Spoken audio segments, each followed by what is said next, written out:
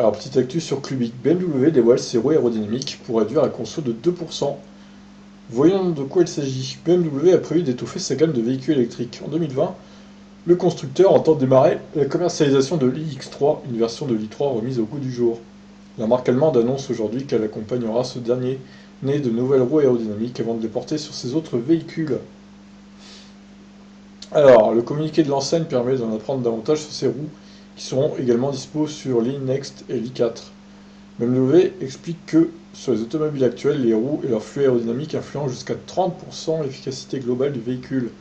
La nouvelle combinaison basée sur une roue en aluminium et des inserts conçus individuellement complète l'alignement de la première sportive entièrement électrique du groupe BMW. Ces roues sont 15% plus légères que les précédents modèles. Elles permettraient de réduire la traînée d'environ 5% par rapport à une BMW X3 thermique. Le communiqué affirme qu'elles ont pour effet global de réduire la consommation d'énergie de la BMW X3 de 2% supplémentaire dans le cycle d'essai européen, soit 0,4 kWh au 100 km, et ainsi d'étendre la portée du véhicule de 10 km.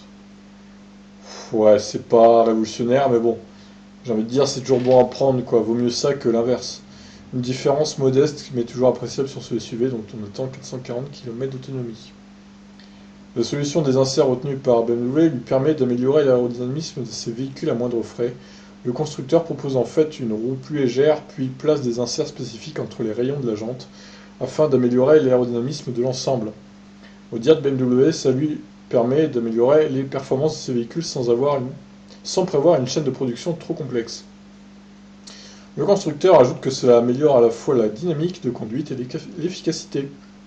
De plus, le mélange de matériaux profite à une fabrication économe en ressources, car il n'y a pas besoin d'outils supplémentaires pour produire des options de roues particulières avec une aérodynamique optimisée.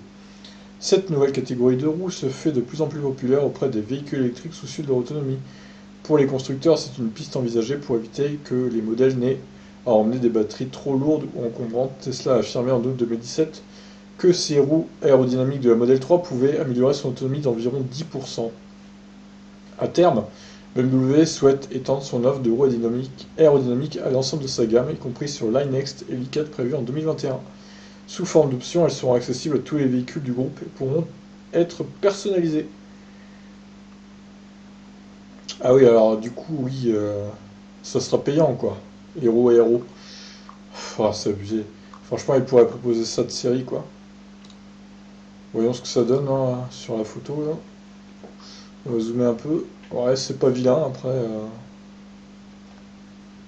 2% c'est quand même pas. C'est quand même pas énorme, hein, l'amélioration. Ça fait 0,4 kWh au 100 de moins. C'est pas révolutionnaire quand même ces roues, mais bon. Voilà, au moins elles ont le mérite d'exister, mais le problème c'est que si elles sont payantes, si elles sont pas de série, moi je vois pas trop l'intérêt personnellement quoi.